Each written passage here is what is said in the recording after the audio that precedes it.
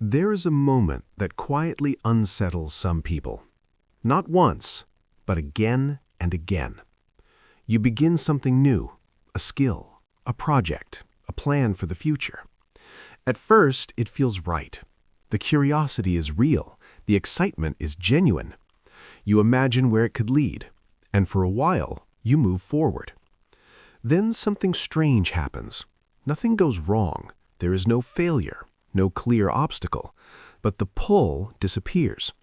The same thing that felt exciting a few weeks ago now feels strangely empty.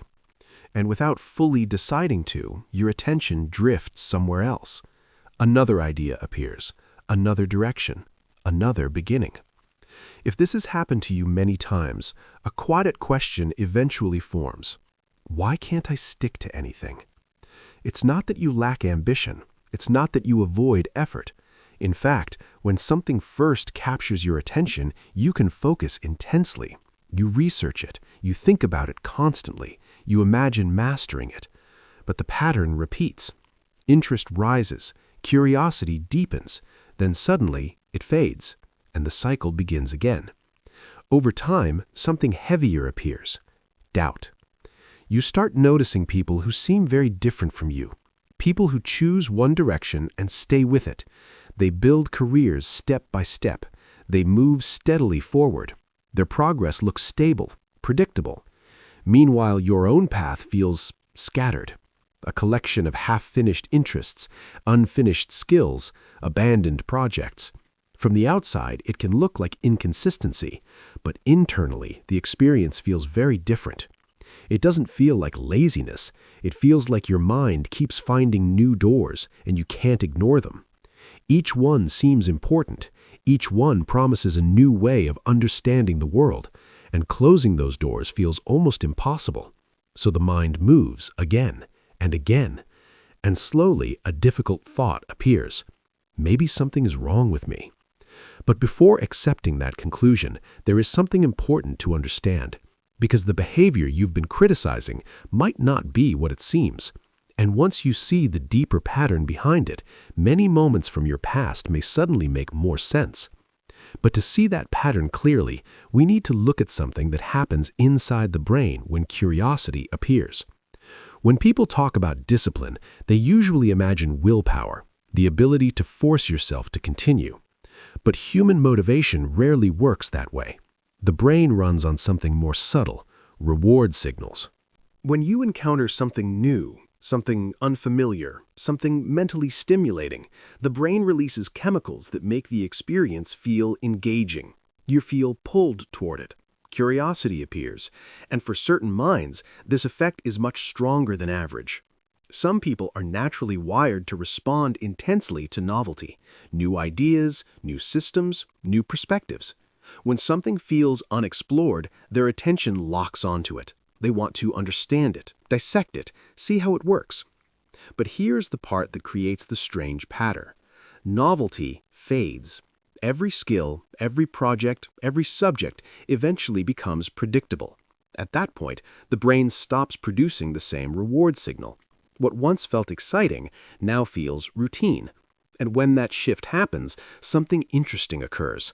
The mind begins scanning for the next source of stimulation, the next mystery, the next unanswered question.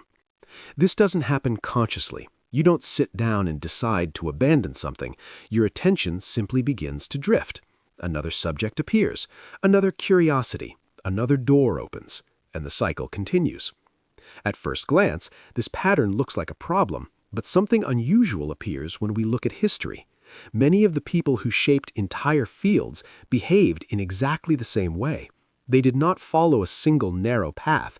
They moved between disciplines, science and art, engineering and philosophy, mathematics and biology. They explored many different areas of knowledge. These people eventually became known by a particular term, polymaths. A polymath is someone whose knowledge spans multiple fields instead of focusing on just one. But the interesting part is not the title, it's the mental pattern behind it. Polymaths are often driven by the same force that makes it difficult for some people to stick to one thing: relentless curiosity. They do not stay in one area because their minds naturally move toward unanswered questions. When one system becomes clear, they begin exploring another.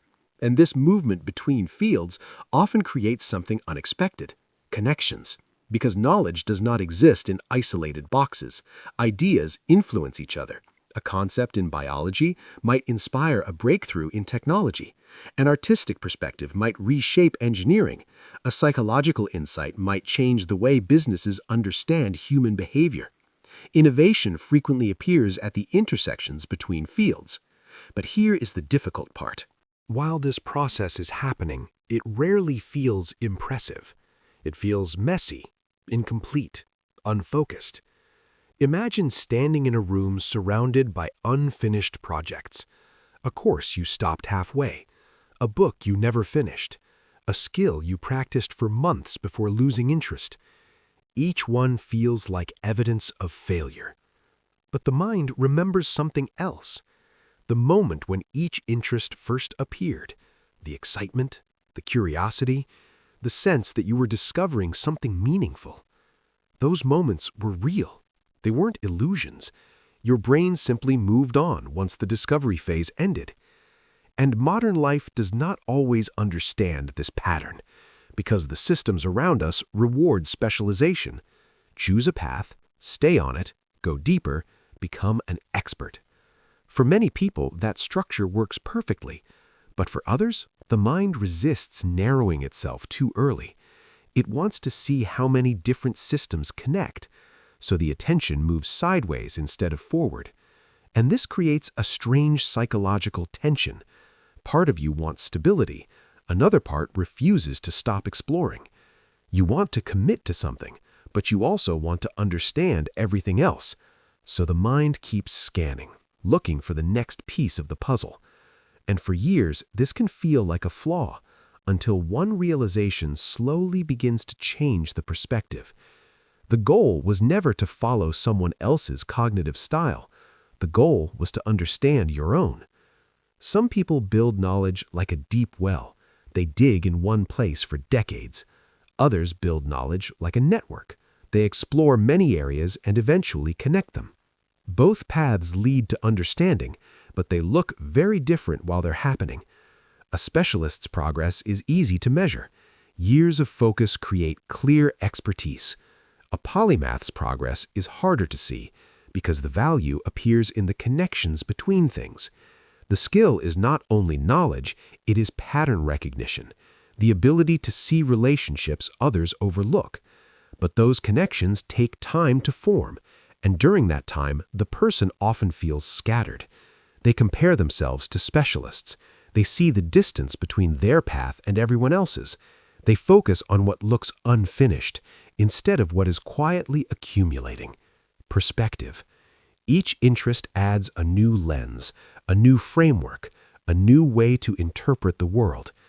At first, those lenses feel separate, but slowly something begins to happen. They start interacting. An idea from psychology suddenly explains something in business. A concept from technology clarifies a creative problem. A philosophical idea reshapes how you understand people. The pieces begin to cooperate. What once looked random begins forming a structure, a network of understanding. And this is where the earlier question becomes clearer. Why does it feel so difficult to stick to one thing? Sometimes the answer really is discipline, but other times the deeper reason is different. Your mind is not searching for a single path. It is searching for connections.